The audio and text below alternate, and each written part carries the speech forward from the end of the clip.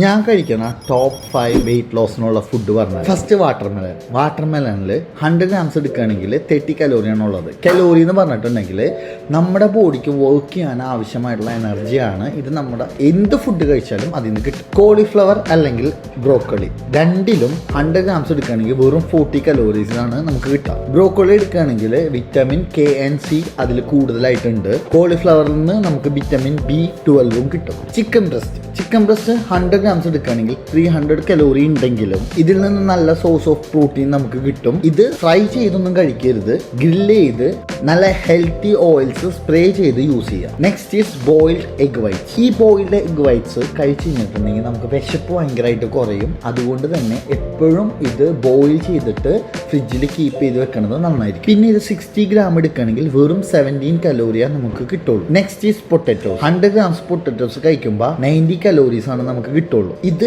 Rich in കാർബാണ്. അതുകൊണ്ട് തന്നെ വിശപ്പിനെ ഭയങ്കരമായിട്ട് കുറയ്ക്കാനായിട്ട് ഇത് ഹെൽപ്പ് ചെയ്യും. ഇത് കഴിക്കുമ്പോൾ ഒരിക്കലും ചിപ്സോ ഫ്രഞ്ച് ഫ്രൈസോ ആയിട്ട് കഴിക്കരുത്. അങ്ങനെയാണെങ്കിൽ ഇതിന്റെ കാലറി കൂടുതലായിട്ട് നമുക്ക് കിട്ടും. സോ ബോയിൽ ചെയ്ത് കഴിക്കാൻ നോക്കാം. ബോഡി ഫിറ്റാക്കി ഹെൽത്തി ആക്കി വെക്കാനായിട്ട് ഡീറ്റ ബട്ടർ ജോയിൻ ചെയ്യും.